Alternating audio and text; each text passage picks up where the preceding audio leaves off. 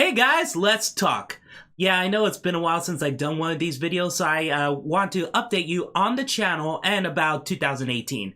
So last year, I decided to take on a risk, and even though it didn't fully pay off, I'm happy about the experience that it gave me. So I want to move on with my life. So I used to be a assistant manager at GameStop. I decided to quit because at the time I was turning 30 back in March, and I guess you could say it's a bit of a midlife crisis. So I just wanted to start anew, feel refreshed, because everything seems the same for me, and I guess I was a bit depressed and all that. So I just wanted things to change. So that's why I took on the risk by trying to move to California, Los Angeles, in fact. So in March, I left. It took me 6 full days to get to San Francisco because I had to meet up with my friend. But it took me 6 full days to finally reach California.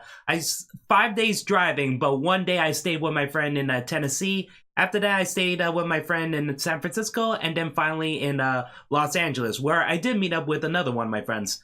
And it was fun. It was really good. And you know, driving on your own across the U.S. feels like an accomplishment for me because there's a lot of my friends have never done it. They usually partner up at least, or just take a plane or take the train, whatever. But driving by themselves, being worried that they might get mugged one day, yeah, that's just exhilarating for me. It was great. And I couldn't find a job that I want over there, and I'm was trying to start a new thing, but it just didn't work out. So yes, unfortunately, I am back in Austining, and you could say I went back to square one, but at the same time, it was exhilarating. It was new. It was refreshing. It was a full month of something different for me, and I guess that's all I needed because I was doing the same thing over and over and over and over and over and over. Nothing was changing, and then I had to do it. I really had to do it. I understand if you guys think I'm stupid for not planning much in advance. I get that. But if you're in my position and you really want things to change, you really need a kick in the ass and finally do something. At least it was a refresher. So I stopped doing GameStop. Well, I went back to GameStop as a seasonal, though. It's only to take advantage of the discounts. I'm no longer with GameStop. I'm just completely done. But my main job right now is as a PCA. If you guys don't know exactly what that is, it's basically like a health aide or kind of a nurse. You still have to take classes, and you have to get the certification. Certification. Yeah, I believe that's how it's pronounced. Sorry. And after that, then you meet up with the patients slash residents slash clients, usually in their home environment, and study the plan of care, do the things that is in the plan of care, and yeah, that's basically the job. It could range from a bunch of activities, from cleaning the house, vacuuming, or cleaning up the bed sheets, doing laundry, or reminding them about medicine, or giving them a shower, change their diaper, all that stuff. It could range from different things. The residents or the clients could be from different ages. So that's what I've been doing, and the job, so far, it's not bad. It's a good experience for me. I get, because my brother is autistic, I already dealt with stuff like that in my life. So this one isn't really that big of a challenge for me because I'm kind of used to it. But still, the job isn't bad. At least it's, I guess there's a new situation every day. So it's not like being stuck in GameStop and it feels like the same mandatory task over and over and over and over again. The PCA is fine, but I kind of don't want that to be the rest of my future. So I'm still trying to find other options. But that's how my career is right now. And in the meantime, I am doing YouTube as a hobby. But again, part of me still wants to make it work and become a career, become a full-blown job that I could focus on. But the thing is, YouTube is so hard to work with. It's hard to control, especially from back then. Well, it is hard to control now. I don't think anybody can control YouTube. But even working with it is tough because if you started YouTube from a long time ago, it was much easier because not a lot of people had the technology or the programs or the equipment. So if you manage to get all that, like at least 10 years ago, you're much easier at gaining an audience and people knowing you because they realize, oh, you're one of the pioneers. So like that. But now, unless you have a very special set of skills that no one has ever seen before, it's very hard to stand out. So the fact that I want to do movie reviews, show gameplay videos, do trailer reactions, not a lot of people are watching my content. I'm happy that I have almost 1,400 subscribers right now. But that's the thing, it's been stagnant. Sometimes it reaches slightly above 1,400, sometimes it reaches a little below 1,400. I had over 1,000 subscribers for a while, but it feels like nothing's really changing. Which is why I'm actually kind of confused, and I'm wondering if that's my fault or YouTube's fault or whatever. Which is why I just want answers, and I think a lot of small YouTubers also want to know answers because they really want to gain an audience, but it's just so hard. So right now, I already passed 1,000 subscribers, which is one of the mandatories for the monetization. But the other thing, the amount of hours, I have to reach 4,000 hours. Right now, for the year, for one full year, I've just reached over 3,000. But it's just stuck there. Kind of hard for me to get even more. And I guess that's why I just want to know, what else should I do? I guess you could say the answer is really differentiate myself, make some kind of big, badass video that no one has ever seen before. But it's kind of difficult. If I had any idea, it's probably been done before. And even if it's something new and creative, not a lot of people will watch it at first because no one knows me. So it's very hard to get it out there. So, yeah, and that's the problem with being a small YouTuber. You're trying to grow and grow and grow and grow, but it's just hard, especially for getting monetization. And that's the thing. I haven't get monetization for almost a year now, ever since the adpocalypse thing that happened last year, ever since the Logan Paul scandal thing in the Suicide Forest. And it's tough, and I just want to... That's the thing, I really want to know. Because I do have 1,400 subscribers, and people keep saying the more subscribers you have, the more your channel will grow, you will get more views. But the thing is, according to the statistics, my subscribers aren't really watching my videos. And if you guys are, I'm happy about that, I really am. But I'm just looking at statistics. It's just a very small amount. I mean, I'm getting like sometimes single digits, double digits on my vids. I'd be happy if there's triple digits or even quadruple digit numbers in terms of views, but it's really hard to get there. And even for the trailer reactions, I do them like almost as soon as the trailer came out, within that hour. But the thing is, even with the Spider-Man Far From Home trailer, I can't even reach 1,000 views. Hell, it took me a hard time trying to reach 600.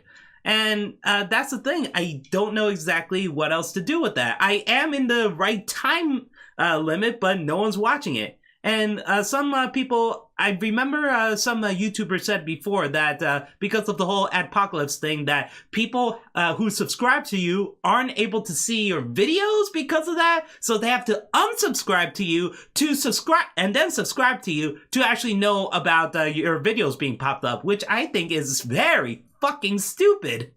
That's a stupid flaw. How is that, if that's a thing, how is that not fixed? Or is it fixed now? I don't know. But I have to tell people to unsubscribe to subscribe, but if, how else am I supposed to tell them? Unless they are not, if the only way they would know about it is through YouTube. I don't get it. How am I supposed to notify them? But at least now they gave me the option to do community posts. So that's a fun thing to do. But again, I'm not sure if people are actually caring about the posts or do they even look at it, because I did have a question earlier about which game are you most excited for this January, and only 3 people answered. Is it because that it's a stupid question, or people actually don't care about those games or not? I don't know.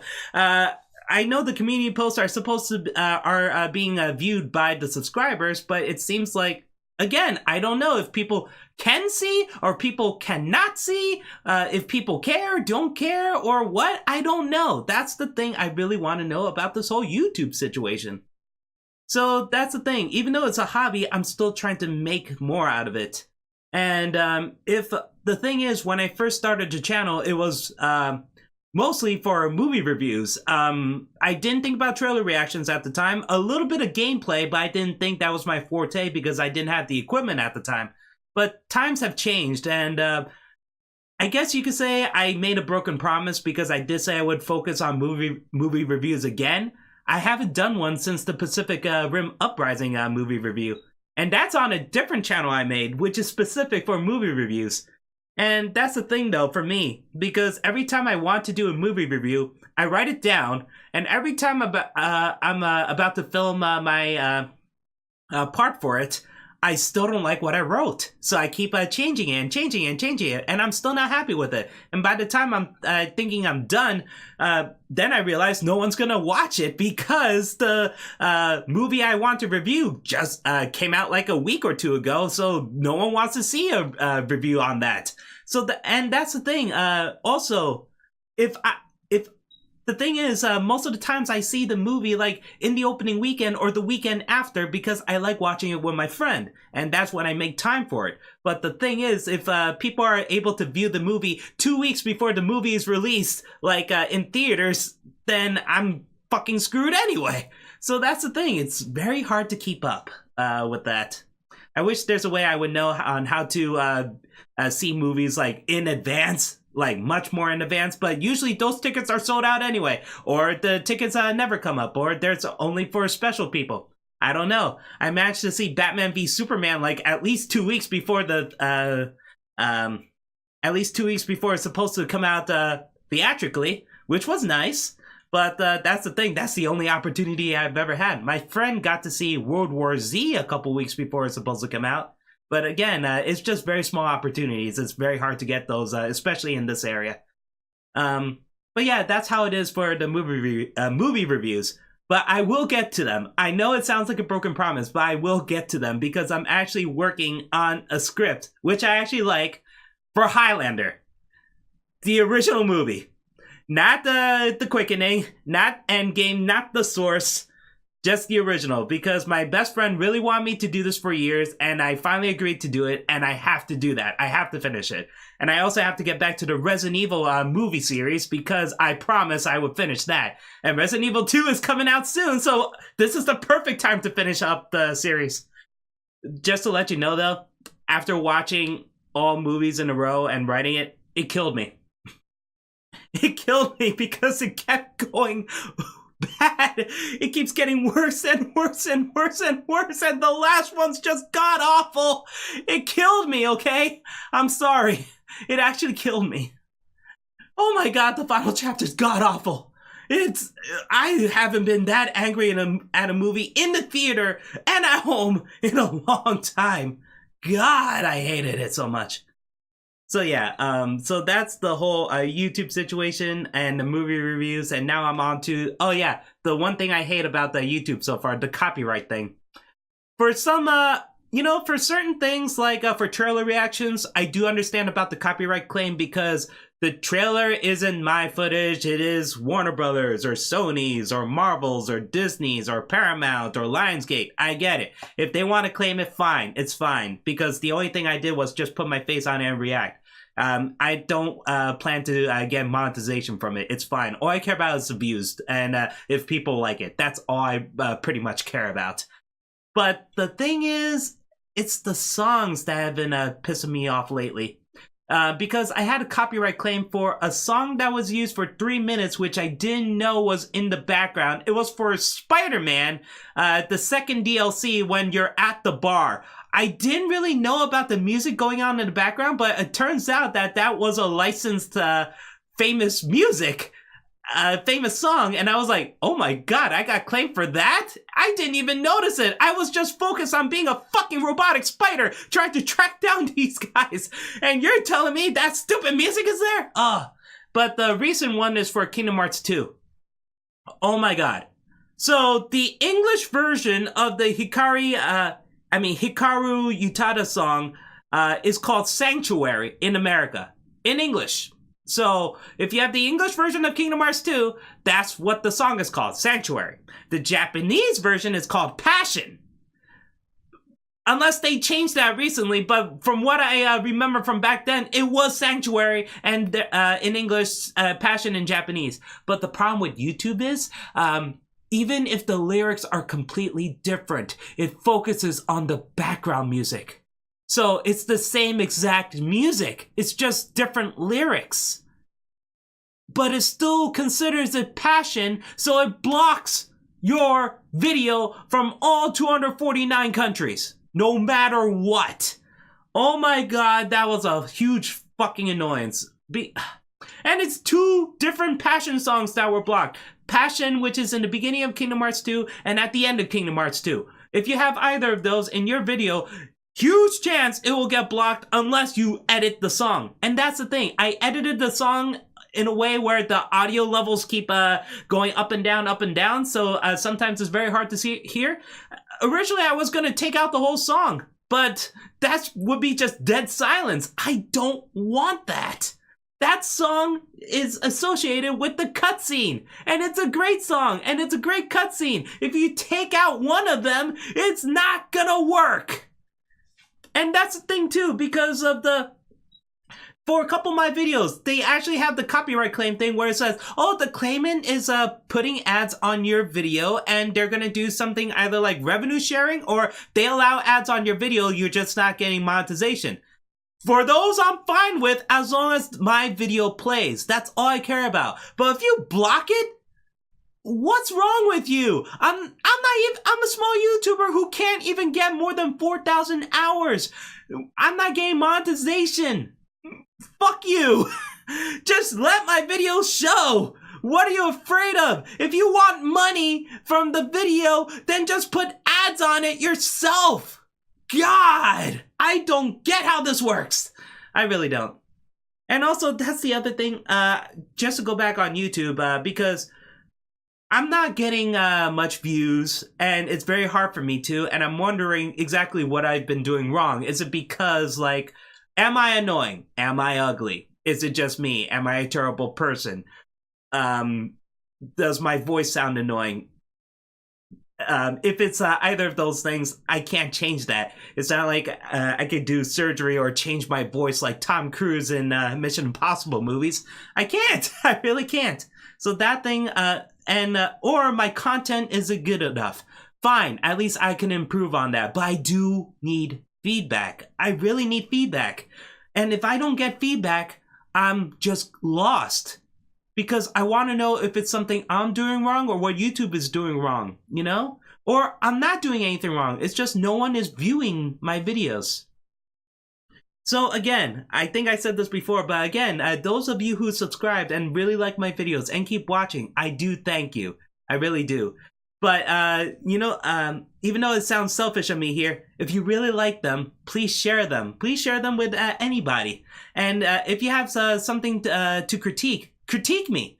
Say that the content sucks, or the content could be good, but you should focus on this, or something like that. Anything, any feedback is fine. Even the likes and dislikes. If you really want to heavily dislike this video right now, you could do that too. Even though I kind of prefer not to, but at least it's feedback. At least I would get some inkling about what's happening. Besides, oh, like 10 views, no likes, no dislikes, no comments. You know, it's very hard. So that's pretty much it about YouTube. Now on to the games that I'm going to be playing soon. Resident Evil 2 and Kingdom Hearts 3. So the good news is I pre-ordered both at GameStop because, of course, I work there. So I pre-ordered both at GameStop, and the good news is around my area, probably in other areas as well, they're doing a 9 o'clock release for them at GameStop. So for Resident Evil 2, it's 9 o'clock on Thursday, which is tomorrow. And also Kingdom Hearts 3 on Monday, 9 p.m. So what I'm trying to do is go over there, and the location's like 5 miles away from me. It'll take about 15 minutes locally if there's a little traffic. If not, I could get there within 10 minutes and then 10 minutes back. So hopefully within that 30, from 9 to 9:30, I would go over there, get the game, come right back, install it. Hopefully the installation doesn't take that long. Resident Evil 2 seems like it's going to be a short game. Probably maximum 30 gigabytes, I think. Or it's probably going to be more than that. Or even smaller than that, I don't know. But I feel like it's going to be that range. Kingdom Hearts 3 is a role-playing game. Of course, that's going to be huge. So yeah, install that. And hopefully there's no such like lock on it, so I could play as early as possible. So I'm hoping to play them at 10 o'clock on Thursday night or Monday night. And what I'm trying to do with them is that I do want to try to stream them. The problem is my computer isn't really strong enough. So, that's the thing. I would try to stream through Twitch, try to stream through my Elgato or through OBS, but it keeps having this artifact thing, the static effect, and I just don't like it. So, and that's the thing with me. I really like posting things on YouTube. I tried it with Kingdom Hearts when I was playing it, but when I was streaming at the same time, the actual recording in the end just has this artifact thing, the pixelization and all that stuff, and it just looked horrible, which is why I had to redo that whole level, which I was in the Alice in Wonderland level. So what I'm thinking is I'm going to stream through my PS4, mostly on Twitch. Twitch seems like a better platform to stream on compared to YouTube. I could be wrong. Write down in the comments below if you want to check out my stream, which would be better, Twitch or YouTube. You would say YouTube seems better for me because I am a YouTuber, but I feel like Twitch is a better option because Twitch is better for streaming. That's what I think it is. But I could be wrong. Just let me know in the comments below. So I want to try to stream both games as soon as possible. And I know Kingdom Hearts 3 is just right around the corner, right after Resident Evil 2. So what I plan to do is, for Resident Evil 2, play as Leon first, mostly on at first normal difficulty, because I want to get the sense of the game. And then Claire on hard difficulty right after. And I thankfully the stupid IGN review that came out today talking about scenario A and scenario B, or second run mode, so at least now I'm prepared for that. So I'm possibly gonna play Leon second run and Claire's second run right after, but the thing is that's a very short window and I do have a job, so mostly I'm gonna play at night. I want to beat it before Kingdom Hearts 3. The thing is, Monday night, I don't think I'll be able to play at all for Resident Evil 2. So that means I have Thursday night, Friday morning, Saturday night, and Sunday night to actually play through Leon and Claire. So what I'm trying to do is play as Leon the first time and Claire the first time, and possibly during the whole Kingdom Hearts 3 nonsense, if I want to take a break, play through the second run of Leon and Claire. So yeah, write down in the comments below which platform should I stream, guys. And if you have any ideas for me, please let me know. Any feedback would be great. Hell, you could say I was an idiot for trying to go to Los Angeles without having a plan in motion. I'm okay with that. Write anything. Write anything. But please, if you do like it, share with others. I really want to try to make this YouTube thing work right now. I feel like I could make 2019 the biggest year for me on YouTube. It could, my plans usually don't work out, so chances are it wouldn't work out. Hell, I'm pretty sure that the views for this video will probably be in the double digits, or hell, even single digits. Probably I'm the only person gonna view this video, which is stupid, to be honest. But, oh, the last thing I gotta leave off, I got the Keyblade. Yes, this thing I had for a while, actually. This I got from the New York Comic Con. So I totally forgot what the price was. It's either $25 or $30, and yeah, it's great. It's made out of wood, and the only things I don't like about it mostly is this keychain right here. Do you see this rinky-dink Mickey keychain? I could fix that. And that's the thing. You could say that I could technically make this myself, but when I was in New York Comic Con and saw this for the first time, I just had to have it. Oh man, and it just took me right back. And a lot of people at my friend, best friend, and I were there, and we bought. I bought this one, and my friend bought the other one. I believe that was Riku's. So yeah, and the thing about the New York Comic Con is that the weapons vendor had these and also the metal ones, and the metal ones were cool, but they were expensive at the time. Well, expensive because I'm a cheap Asian, but yeah, they were like $100. I would say they were worth it because they looked nice, and they were, of course, well made compared to the wooden one. Again, the only thing I don't like is the keychain and the fact that there's a little stain over here on the keyblade handle, and also this little stain right here. I honestly don't know where this came from, but then this is a couple years old, so probably the wood and the paint is being affected. But it's nice. I love it. I know GameStop had Keyblades as well. They're selling it, of course, in promotion for the Kingdom Hearts 3. But those are foam. But they kind of look cheap when you really look at them close, because they had this huge-ass line over here, and they didn't really, like, soften it or anything, and it just looks gross to me. But, yeah, if you needed a Keyblade, get it from GameStop. I believe it's about $25-30 anyway. So, yeah, this is my video, guys. Well, again, any feedback will be fine. Thank you all for watching. Love you guys. See you next time. Later.